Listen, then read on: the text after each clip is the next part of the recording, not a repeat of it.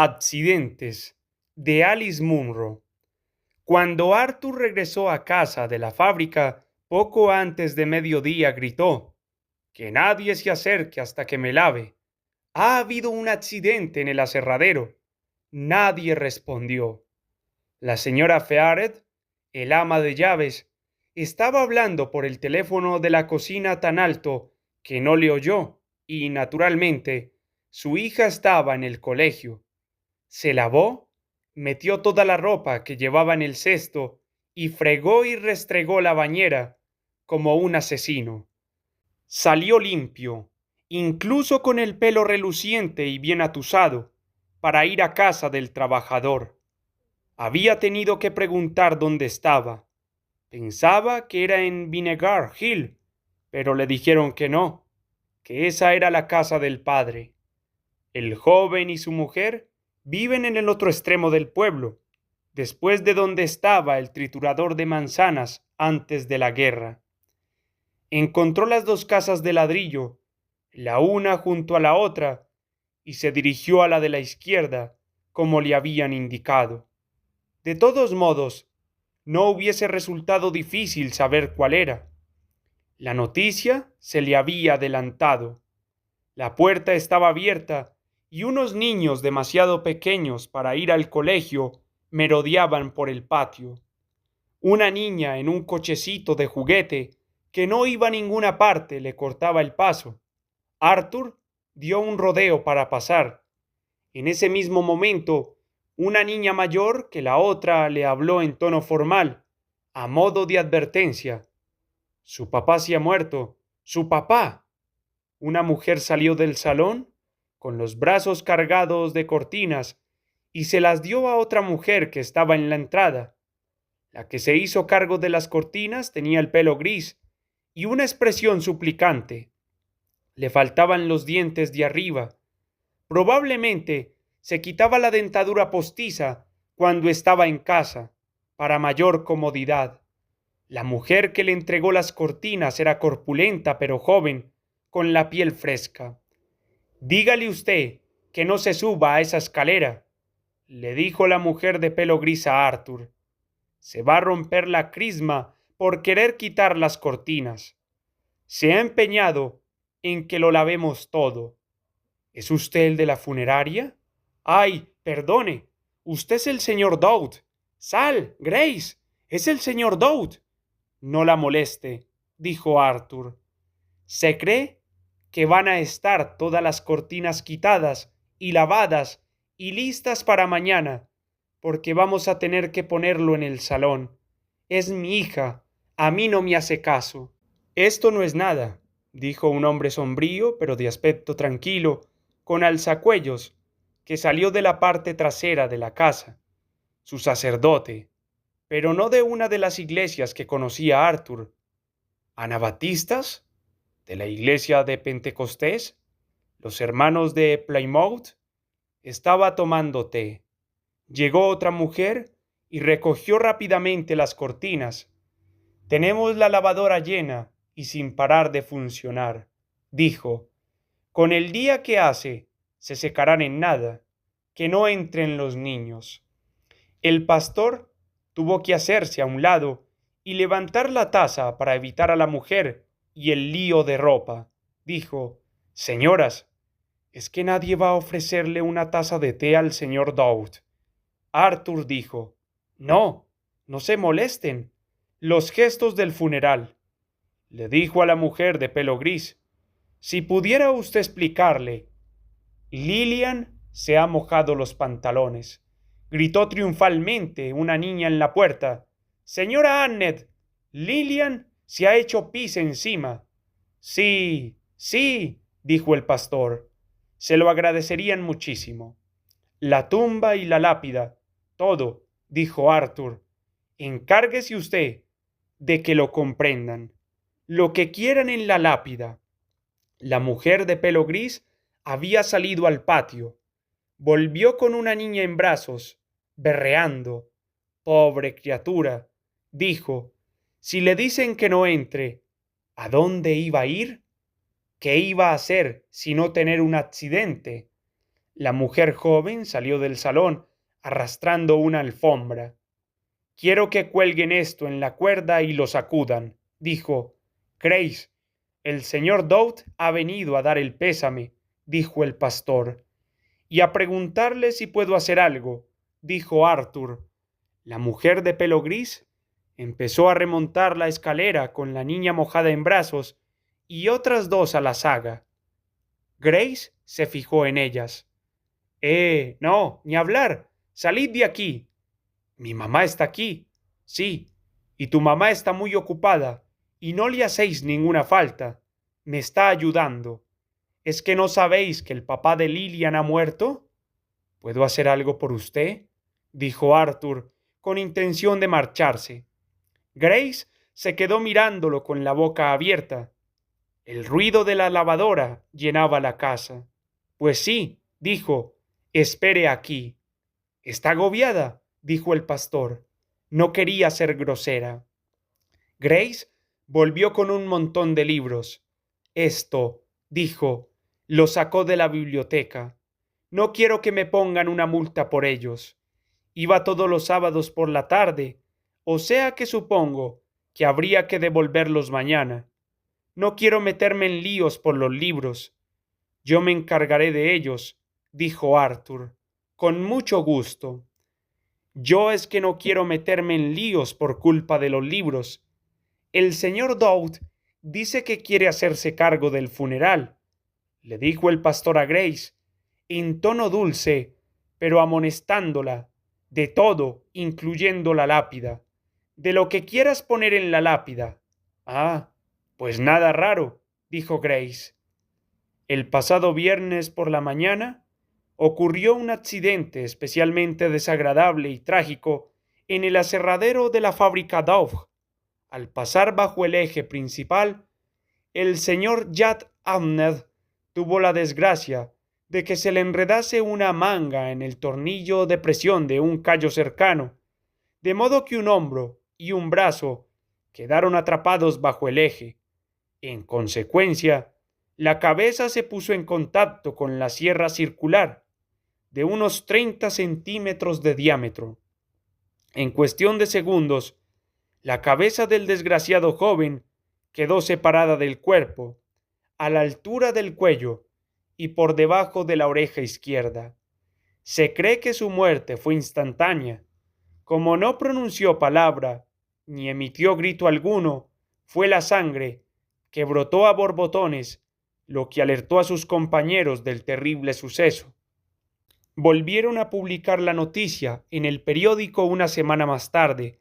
Para quienes no la hubieran visto o desearan otro ejemplar con el fin de enviárselo a amigos o familiares de otros lugares, sobre todo a personas que habían vivido en Cartires y se habían marchado.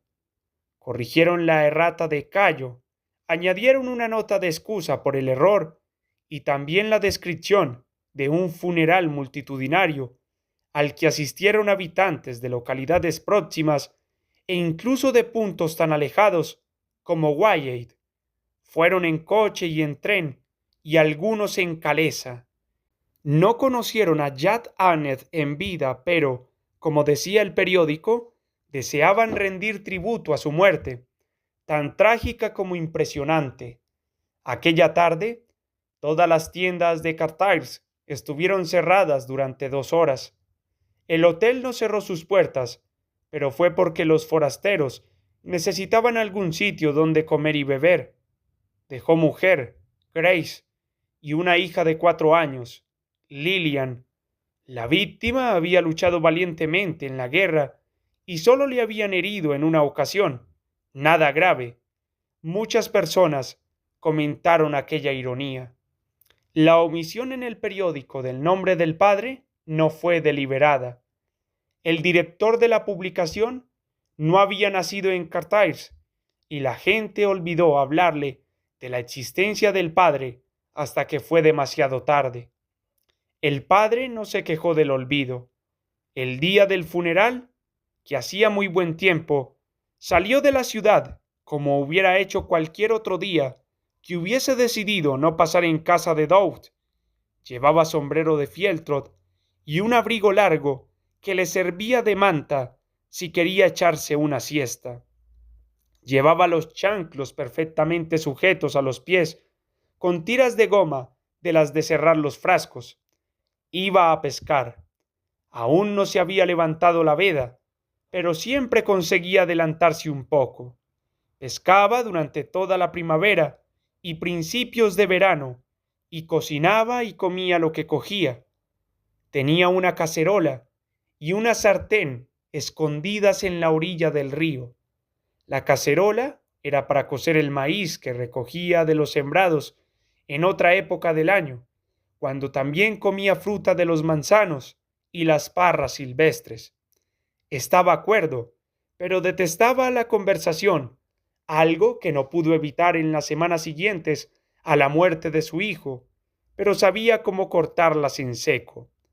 Tendría que haberse fijado en lo que hacía. Caminando por el campo aquel día, encontró a otra persona que no había ido al funeral, una mujer. No intentó iniciar conversación alguna, y en realidad parecía defender su soledad con tanta fiereza como él, azotando el aire con largas y decididas zancadas. La fábrica de pianos, que había empezado a hacer órganos, se extendía por el extremo occidental del pueblo, como una muralla medieval. Había dos edificios alargados como las defensas interior y exterior, y un puente entre los dos, donde estaban las oficinas.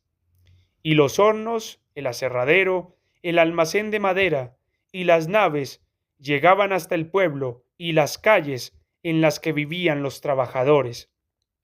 El silbato de la fábrica dictaba la hora de levantarse para muchos. Sonaba a las 6 de la mañana. Volvía a sonar para avisar del comienzo de la jornada a las 7 y a las 12 del almuerzo, y de nuevo a la 1 para reanudar el trabajo. Por último, a las 5:30 avisaba a los hombres de que era hora de dejar las herramientas y volver a casa. Las normas estaban puestas junto al reloj de fichar, detrás de un cristal. Las dos primeras eran como sigue: 1 minuto de retraso son 15 minutos de paga. Sean puntuales. No se tomen la seguridad a la ligera. Tenga cuidado por usted mismo y por su compañero. Había habido accidentes en la fábrica y había muerto un hombre al caerle encima una carga de tablones. Eso ocurrió antes de la época de Arthur, y en una ocasión, durante la guerra, un hombre perdió un brazo o parte de un brazo. El día que ocurrió, Arthur estaba en Toronto, de modo que nunca había visto un accidente, o al menos nada serio, pero muchas veces se le venía a la cabeza que podía ocurrir algo. Quizá no se sintiera tan seguro de que no pudiera sobrevenir una desgracia cerca de él, como se sentía antes de la muerte de su mujer. Murió en 1919, durante el último brote de gripe española, cuando a todos se les había pasado el susto.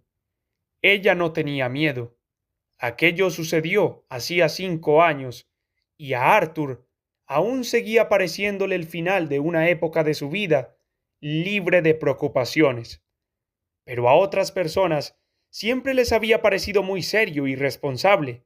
Nadie notó que hubiera cambiado demasiado. En sus sueños con accidentes había un silencio envolvente. Todo estaba callado. Las máquinas de la fábrica dejaban de hacer el ruido de costumbre y desaparecían las voces de todos los hombres, y cuando Arthur miraba por la ventana del despacho, comprendía que la suerte estaba echada. Nunca recordaba ver nada especial que se lo indicase. Era sencillamente el espacio, el polvo del patio de la fábrica, lo que se lo dijo en aquel momento. Los libros estuvieron en el suelo de su coche una semana o así. Su hija Bea le dijo: ¿Qué hacen esos libros ahí? Y entonces se acordó. Bea leyó en voz alta los títulos y los autores: Sir John Franklin y la aventura del viaje al noroeste, de G. Beth Smith. ¿Qué anda mal en el mundo? De G. Cat Chesterton. La conquista de Quebec, Archibald Hendry, el bolchevismo, teoría y praxis, de Lord Bertrand Russell. El bolchevismo, dijo Bea, y Arthur le dijo cómo se pronunciaba correctamente. Preguntó qué era, y él le dijo, es algo que hay en Rusia y que yo no entiendo muy bien, pero por lo que tengo entendido, un verdadero desastre. Bea tenía 13 años por entonces. Había oído hablar del ballet ruso y también de los deriviches. Durante los 2 años siguientes estuvo convencida de que el bolchevismo era una especie de baile diabólico, incluso quizá indecente. Al menos eso era lo que contaba cuando se hizo mayor. No mencionaba el hecho de que los libros tuvieran algo que ver con el hombre que había sufrido el accidente. Con eso, la historia habría resultado menos divertida, o quizá lo hubiera olvidado de verdad. La bibliotecaria parecía turbada. Los libros aún tenían las tarjetas, lo que significaba que no los habían registrado, sino que los habían cogido de las estanterías y se los habían llevado. El de Lord Russell falta desde hace mucho tiempo. Arthur no estaba acostumbrado a tales reproches, pero dijo con suavidad, yo los devuelvo en nombre de otra persona. El chico que ha muerto, el del accidente en la fábrica. La bibliotecaria tenía el libro de Franklin abierto. Estaba mirando el dibujo del barco atrapado en el hielo. Me lo pidió su mujer, dijo Arthur. Ella cogió los libros uno a uno y los sacudió como si esperase que fuera a caer algo. Pasó los dedos por entre las hojas. La parte inferior de su cara se movía de una forma desagradable, como si se estuviera mordiendo las mejillas por dentro. Supongo que se los llevaría a casa sin más, dijo Arthur. ¿Cómo? Dijo ella al cabo de unos momentos. Perdone, no le he oído. Es por el accidente, pensó él. La idea de que el hombre que había muerto de aquella manera fuera la última persona que había abierto los libros, pasado sus páginas, el pensar que podría haber dejado un trocito de su vida en ellos, una tira de papel o un limpiador de pipas como señal, o incluso unas hebras de tabaco, eso la ha desquiciado. No importa, dijo Arthur. He pasado por aquí para devolverlos. Se alejó de la mesa, pero no salió de la biblioteca inmediatamente. No iba allí desde hacía años. El retrato de su padre colgaba entre las dos ventanas de la sala principal, donde estaría siempre. Abed Dowd, fundador de la fábrica de órganos Dowd y patrocinador de esta biblioteca, defensor del progreso, la cultura y la educación, verdadero amigo de la ciudad de Carthages y de los trabajadores. La mesa de la bibliotecaria estaba en la arcada que separaba la sala principal de las demás. Los libros estaban en estanterías dispuestas en hileras en la sala trasera. En los pasillos se bamboleaban unas lámparas con pantalla verde y largos cordones. Arthur recordó que unos años antes se presentó ante el consejo la petición de comprar bombillas de 60 vatios en lugar de 40. Lo había solicitado aquella bibliotecaria y la atendieron. En la sala principal había periódicos y revistas puestos en estanterías de madera y pesadas mesas redondas también de madera, con sillas para que la gente se sentase a leer, e hileras de gruesos libros oscuros tras un cristal, probablemente diccionarios, atlas y enciclopedias. Dos bonitas ventanas altas que daban a la calle mayor, con el retrato del padre de Arthur entre ellas. Otros cuadros de la habitación estaban colgados a demasiada altura, demasiado ennegrecidos y atestados de figuras para que la persona que estuviera debajo pudiera interpretarlos fácilmente. Más adelante, cuando Arthur había pasado muchas horas en la biblioteca y había comentado aquellos cuadros con la bibliotecaria, se enteró de que uno de ellos representaba la batalla de Flaundenfield con el rey de Escocia cargando colina abajo contra una nube de humo, otro el funeral del rey niño de Roma, y otro la disputa de Oberón y Titania, de sueño de una noche de verano. Se sentó a una de las mesas de lectura, desde donde podía mirar por la ventana, cogió un antiguo ejemplar del National Geographic que estaba allí encima, se puso de espaldas a la bibliotecaria. Pensaba que era una cuestión de tacto, ya que parecía un tanto agitada. Entraron varias personas y la oyó hablar con ellas. Su voz sonaba bastante normal. Arthur no dejaba de pensar en marcharse, pero no lo hizo. Le gustaba la ventana alta y desnuda, inundada por la luz de la tarde primaveral, y también le gustaban la dignidad y el orden de aquellas habitaciones. Le producía una agradable perplejidad la idea de que personas adultas entraran y salieran, de que leyesen libros asiduamente, una semana tras otra, un libro tras otro, durante toda una vida. Él leía un libro de vez en cuando se lo recomendaba a alguien, y solía disfrutar con ello, y además leía revistas, para mantenerse al tanto de las cosas, y jamás se le ocurría leer un libro hasta que se le presentaba otro, de aquella forma casi casual. A ratos no había nadie en la biblioteca salvo la bibliotecaria y él. En uno de aquellos ratos, ella se aproximó y se puso a poner unos periódicos en la estantería. Cuando terminó, se dirigió a él en tono apremiante pero controlado. La descripción del accidente que apareció en el periódico era más o menos exacta. Arthur dijo que posiblemente demasiado exacta. ¿Por qué? ¿Por qué lo dice? Arthur se refería a la inagotable ansia de la gente por los detalles más espantosos. ¿Debía fomentarla el periódico? Bueno, yo creo que es natural, dijo la bibliotecaria. Creo que es natural querer conocer lo peor. La gente quiere hacerse una idea. A mí me pasa lo mismo. No sé nada de maquinaria y me resulta difícil imaginarme qué ocurrió, incluso con la ayuda del periódico. ¿Hizo la máquina algo raro? No, dijo Arthur. No fue que la máquina le agarrase o lo empujase, como un animal. El muchacho hizo un mal movimiento o tuvo un descuido y se acabó. Ella no dijo nada, pero no se alejó. Hay que poner los 5 sentidos en los que se hace, dijo Arthur. No descuidarse ni un segundo. Una máquina es una servidora excelente, pero como ama es estúpida. Arthur pensó si aquello lo habría leído en alguna parte o si se le habría ocurrido a él. Y supongo que no hay ninguna forma de proteger a las personas. Claro, dijo la bibliotecaria. Pero usted debe saber de todo esto. Después se marchó. Había entrado alguien. Tras el accidente vino el buen tiempo. La duración de las tardes y el calor de los días suaves parecían repentinos y asombrosos, como si no fuera como acababa el invierno en aquella región del país, casi todos los años.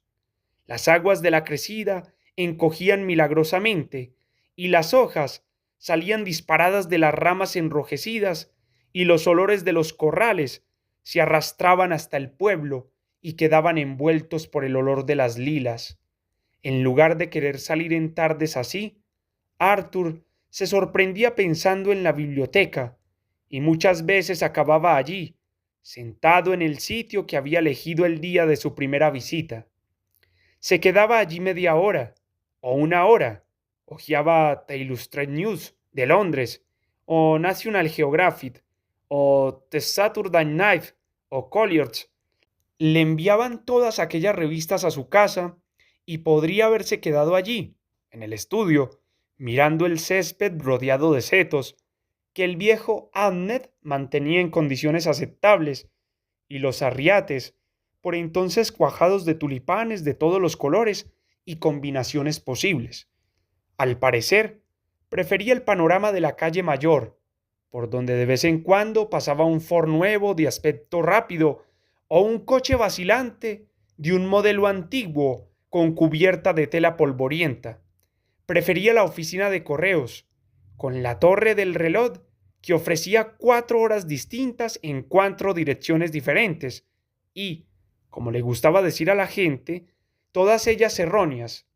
También los que pasaban o deambulaban por la acera, gente que intentaba poner en funcionamiento la fuente, a pesar de que no la abrían hasta el 1 de julio. No es que sintiera la necesidad de relacionarse, no iba a la biblioteca a charlar, aunque saludaba a las personas que conocía por su nombre y conocía a la mayoría, y a veces intercambiaba unas palabras con la bibliotecaria, si bien con frecuencia se limitaba a buenas tardes cuando entraba y buenas noches cuando se marchaba. No le exigía nada a nadie. Tenía la sensación de que su presencia era afable, tranquilizadora y, sobre todo, natural. Al estar allí, leyendo y reflexionando en lugar de en casa, se le antojaba estar dando algo. La gente podía contar con ello. Había una expresión que le gustaba: funcionario público. Su padre, que desde la pared le miraba con mejillas teñidas de un rosa infantil, vidriosos ojos azules y la boca malhumorada de un anciano, nunca se había considerado como tal. Se consideraba más como un personaje y benefactor público. Actuaba por caprichos y decretos, y siempre se salió con la suya. Recorría la fábrica cuando el negocio andaba mal, y le decía a tal o cual obrero: vete a casa, vete a casa y quédate allí hasta que pueda volver a emplearte. Y ellos se iban. Trabajaban en sus jardines o cazaban conejos y contraían deudas por lo que tenían que comprar y aceptaban que las cosas no fueran de otra manera. Todavía era una broma entre ellos imitar su bufido: vete a casa. Su héroe, más de lo que Arthur lo sería jamás, pero ya no estaban dispuestos a admitir que los tratasen así. Durante la guerra se habían acostumbrado a los buenos salarios y a que los necesitaran continuamente. No pensaban en el exceso de oferta laboral que habían provocado los soldados cuando regresaron. No pensaban en que un negocio así se mantenía gracias a la suerte y al ingenio de un año a otro, incluso de una estación a otra. No les gustaban los cambios, no estaban contentos con que se hubiese pasado a la fabricación de pianos mecánicos, que Arthur consideraba la esperanza del futuro. Pero Arthur siempre hacía lo que tenía que hacer, aunque su forma de proceder era la contraria a la de su padre. Pensarlo todo una y otra vez, permanecer en segundo plano salvo en caso de necesidad, mantener la dignidad, siempre tratar de ser justo. Esperaban que se lo diesen todo. El pueblo entero lo esperaba. Se les daría trabajo de la misma manera que el sol sale por las mañanas, y los impuestos de la fábrica subieron al tiempo que empezaron a cobrar una tarifa por el agua que antes era gratuita. La responsabilidad del mantenimiento de las carreteras de acceso recaía sobre la fábrica, no sobre el pueblo. La iglesia metodista pedía una abultada suma para construir una catequesis nueva. El equipo de hockey del pueblo necesitaba uniformes. Se estaban erigiendo postes de piedra para el monumento a los caídos de la guerra, y todos los años se enviaba a la universidad al chico más listo del curso superior por cortesía de Doug. Pedid y se os dará. Tampoco faltaban las expectativas en casa. Bea estaba dando la lata para ir a estudiar a un colegio privado, y la señora Feard le había echado el ojo a una batidora nueva, además de a una lavadora. Aquel año había que pintar todo el revestimiento de la casa, esa decoración como de tarta de boda que consumía pintura a litros, y encima a Arthur no se le había ocurrido mejor cosa que encargar otro coche, un sedán Chrysler. Era necesario, tenía que tener un coche nuevo. Él tenía que tener un coche nuevo. Bea tenía que ir a estudiar. La señora Fearet tenía que tenerlo más moderno, y el revestimiento tenía que estar tan reciente como la nieve en Navidad. Si no, perderían respeto, confianza, empezarían a pensar si las cosas iban cuesta abajo.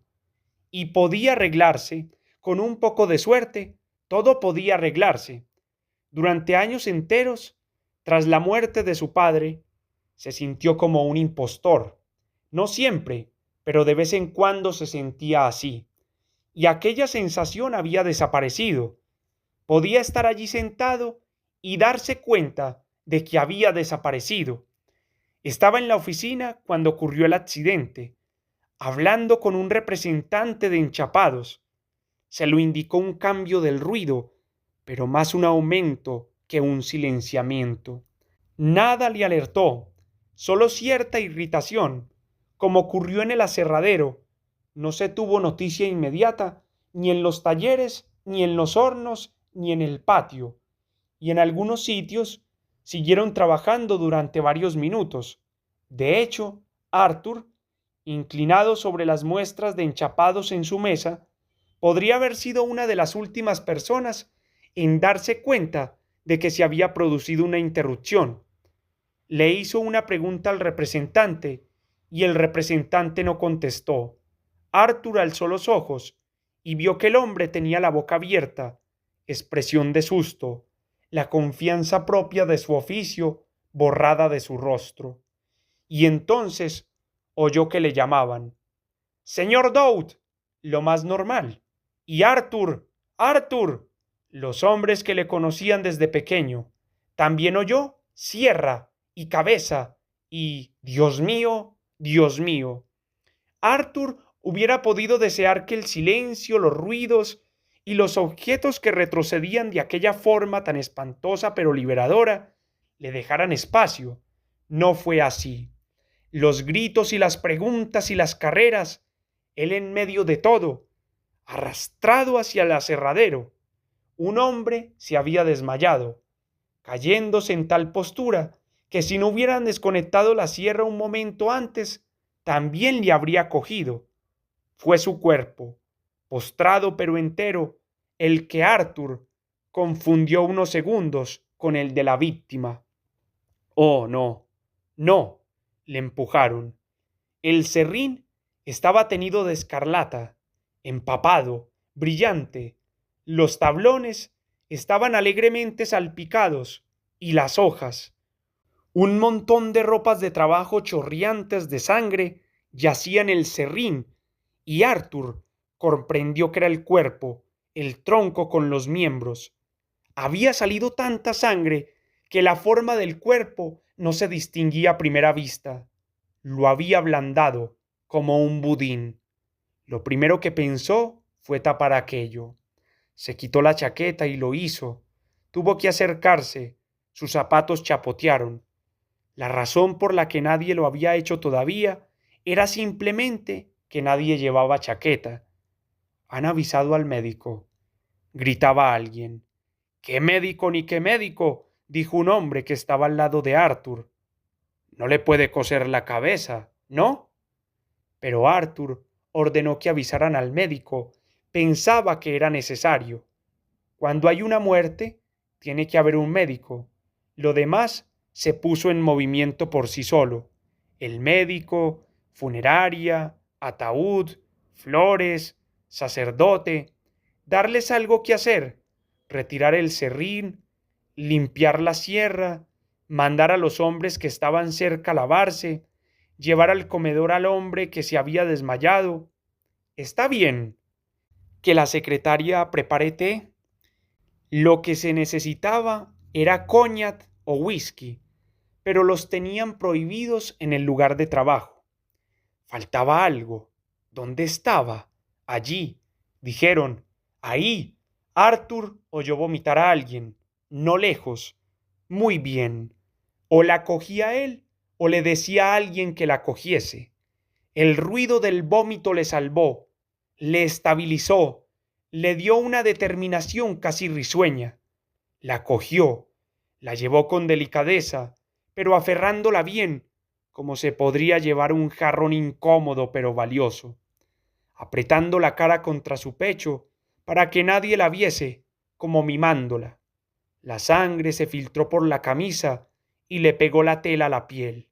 Estaba caliente, tuvo la sensación de estar herido, era consciente de que le observaban y se sentía como un actor o como un sacerdote.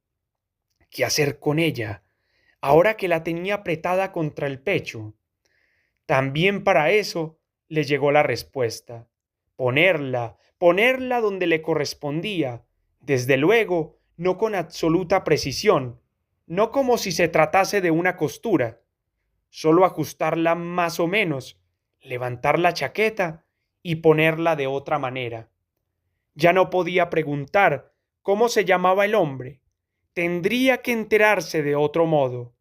Tras la intimidad de sus servicios en la fábrica, su ignorancia hubiera resultado ofensiva, pero descubrió que lo sabía. También eso le fue dado. Mientras remetía el borde de su chaqueta sobre la oreja que seguía erguida y por tanto parecía encontrarse en buenas condiciones de uso, recibió un nombre. El hijo del señor que arreglaba el jardín, no siempre de fiar. Un joven al que se le volvió a contratar cuando regresó de la guerra. ¿Casado? Eso creía. Tendría que ir a ver a la mujer lo antes posible, ropa limpia. La bibliotecaria llevaba muchas veces una blusa rojo oscuro, se enrojecía los labios con el mismo tono y tenía el pelo corto. Ya no era joven, pero mantenía un estilo atractivo.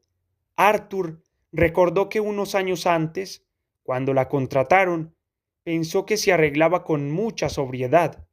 En aquella época no llevaba el pelo corto, se lo recogía alrededor de la cabeza, al viejo estilo.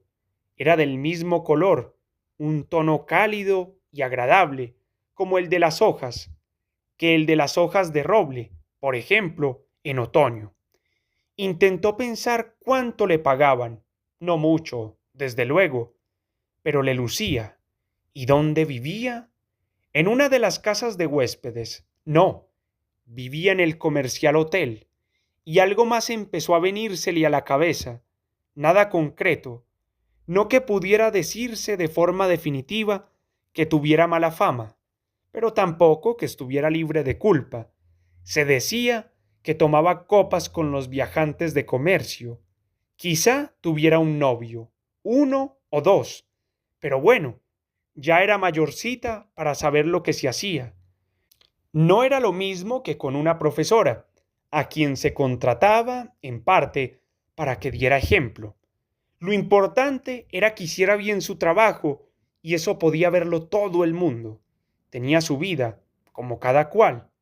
¿Y no era mejor que hubiera una mujer guapa en la biblioteca que una vieja gruñona como Mary Tamblyn? Podían entrar forasteros, y la gente juzga un pueblo por lo que ve. Lo que hace falta es una mujer agradable, con modales agradables. Ya está bien. ¿Quién dice que no es así? Arthur estaba defendiéndola mentalmente como si hubiera venido alguien que quisiera echarla, y no tenía ninguna razón para ello. Y lo que le preguntó aquella primera tarde sobre las máquinas, ¿a qué se refería? Le estaba echando la culpa solapadamente. Arthur le habló sobre los cuadros y la iluminación e incluso le contó que su padre había enviado a los obreros de la fábrica y les había pagado por construir las estanterías de la librería, pero nunca mencionó al hombre que se llevaba los libros sin decírselo a ella. Probablemente uno de cada vez, debajo del abrigo, y los devolvería de la misma forma. Debió de devolverlos, porque si no, se le hubiera llenado la casa y su mujer no lo hubiera consentido. No robaba, salvo temporalmente, una conducta inofensiva, pero rara. ¿Existía alguna relación entre pensar que se pueden hacer las cosas de una forma un poco diferente y pensar que no va a pasar nada por hacer un movimiento descuidado por el que se te engancha una manga y se te viene la sierra encima? Podría haberla, podría haber alguna relación. Ese muchacho, ¿sabe usted? El del accidente, le dijo a la bibliotecaria. Lo de llevarse los libros que se le antojaban. ¿Por qué cree que lo hacía? La gente hace cosas raras, dijo la bibliotecaria. Arrancan páginas porque no les gusta algo o porque les gusta. Son cosas que hace la gente. No sé por qué. ¿Ese muchacho arrancó alguna página? ¿Le regañó alguna vez? No hizo que tuviera miedo de enfrentarse con usted. Tenía intención de tomarle un poco el pelo, dando a entender que seguramente no sería capaz de asustar a nadie, pero ella no se lo tomó así. ¿Cómo iba a hacerlo si nunca hablé con él? Dijo la bibliotecaria. No le vi nunca para saber quién era. Se alejó, poniendo punto final a la conversación, así que no le gustaba que le tomaran el pelo. Sería una de esas personas llenas de grietas remendadas que solo se ven de cerca. La perturbaba un antiguo sufrimiento, algún secreto. Quizá hubiera perdido a un novio en la guerra. Más adelante, una tarde estival de sábado, ella sacó el tema a colación, algo que a él jamás había vuelto a mencionar. ¿Recuerda que un día hablamos del hombre que tuvo el accidente? Arthur dijo que sí. Quisiera preguntarle algo que a lo mejor le parece extraño. Arthur asintió. Y aunque se lo pregunte, quisiera que es algo confidencial. Sí, por supuesto, dijo Arthur. ¿Qué aspecto tenía? ¿Qué aspecto? Arthur se quedó perplejo. Le dejó perplejo que ella se tomase tantas molestias y que quisiera mantenerlo tan en secreto. Sin duda, era natural que le interesara cómo era un hombre que entraba allí y se llevaba sus libros sin que ella lo supiera. Y como no podía ayudarla, negó con la cabeza. No podía reconstruir una imagen de Jad Ahmed. Alto, dijo. Creo que era más bien alto, pero otra cosa no puedo decirle. No soy la persona más indicada para preguntar. Reconozco a un hombre fácilmente, pero no soy capaz de dar una buena descripción física, ni siquiera de alguien que veo a diario. Pero yo creía que fue usted quien... Tenía entendido que fue usted quien... dijo, quien la recogió, la cabeza. Arthur dijo con rigidez. Pensé que no podía dejarla allí tirada. Se sintió decepcionado con aquella mujer, molesto y avergonzado de ella, pero trató de hablar en tono de objetividad, evitando el reproche. Ni siquiera podría explicarle de qué color tenía el pelo. Estaba todo prácticamente borrado. Ella no dijo nada durante unos momentos y él no la miró. Después dijo, debe de parecerle que soy una de esas personas a las que les fascinan estas cosas. Arthur emitió un ruido de protesta, pero desde luego le parecía que así debía de ser. No tendría que habérselo preguntado, dijo ella. No tendría que haberlo mencionado. Nunca podría explicarle por qué lo he hecho. Quisiera pedirle que, si puede evitarlo, nunca piense que soy esa clase de persona.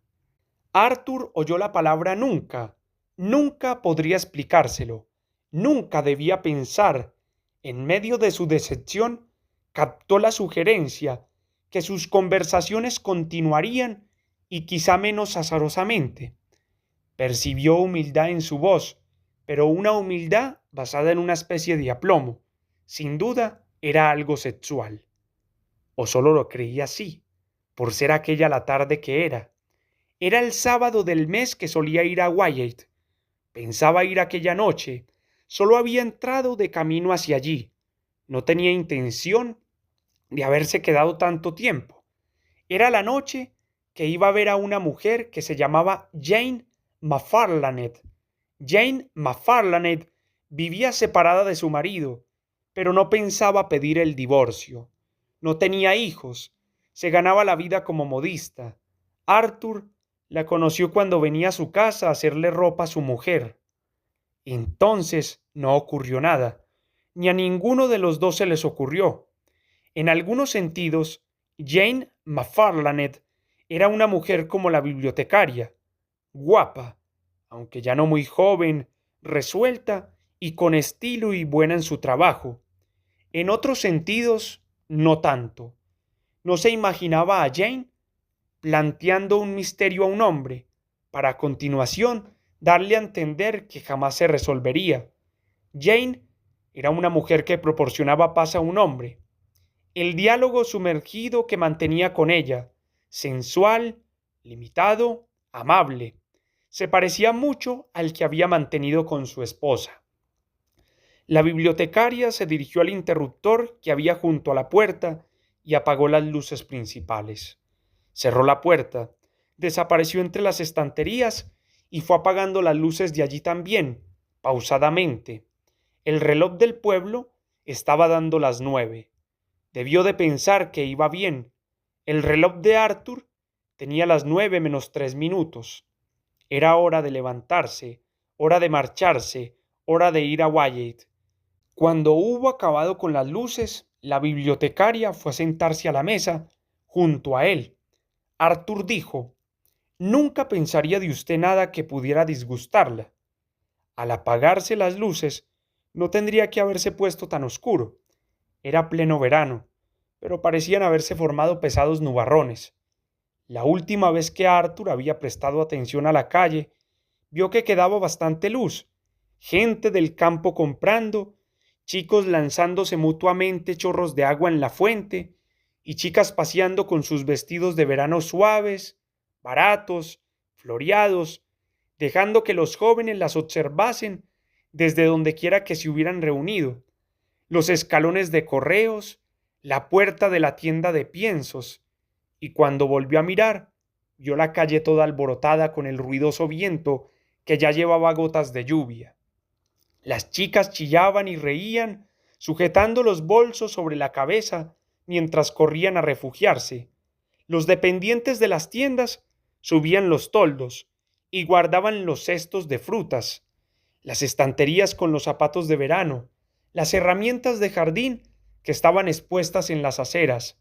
Las puertas del ayuntamiento se cerraron de golpe cuando las campesinas entraron a la carrera, aferrando paquetes y niños para apiñarse en los servicios de señoras. Alguien intentó abrir la puerta de la biblioteca. La bibliotecaria la miró, pero no se movió, y al poco la lluvia empezó a caer como una cortina sobre la calle y el viento a azotar el tejado del ayuntamiento y a batir las copas de los árboles. El estruendo y el peligro duraron unos minutos, hasta que aminoró la potencia del viento. Después el ruido que quedó fue el de la lluvia, que se precipitaba verticalmente y con tal furia que podrían haber estado bajo unas cataratas. Si ocurre lo mismo en Wyatt, pensó Arthur, Jane comprenderá que no debe esperarle. Aquella fue la última vez que pensó en ella hasta pasado largo rato. La señora Feard no quería lavarme la ropa, dijo, sorprendiéndose a sí mismo. Le daba miedo tocarla. Con voz extrañamente temblorosa, avergonzada y resuelta a la vez, la bibliotecaria dijo: «Pienso que lo que hizo usted, creo que fue algo extraordinario». La lluvia hacía un ruido tan constante que Arthur se vio libre de responder. Entonces le resultó fácil darse la vuelta y mirar a la bibliotecaria. Su perfil estaba débilmente iluminado por la lluvia que bajaba por las ventanas. Tenía una expresión tranquila y atrevida, o tal le pareció a él. Cayó en la cuenta de que apenas sabía nada de ella, qué clase de persona era en realidad o qué clase de secretos podía albergar. Ni siquiera podía estimar qué valor tenía para ella. Solo sabía que alguno tenía, y no el habitual. No era más capaz de describir el sentimiento que le producía que de describir un olor. Es como la descarga de la electricidad. Es como los granos de trigo quemados. No, como una naranja amarga. Me rindo. Nunca había imaginado que se encontraría en una situación como aquella, asaltado por una compulsión tan clara, pero al parecer no estaba desprevenido. Sin pensar dos veces, ni siquiera una, en lo que iba a meterse, dijo: «Ojalá». Hablaba demasiado bajo. Ella no le oyó. Alzó la voz. Dijo: «Ojalá pudiéramos casarnos». Ella le miró. Se echó a reír, pero se dominó. «Lo siento», dijo, «lo siento. Es por lo que estaba pensando». «¿Qué?», dijo Arthur. «He pensado. Es la última vez que le veo». Arthur dijo: «Se equivoca.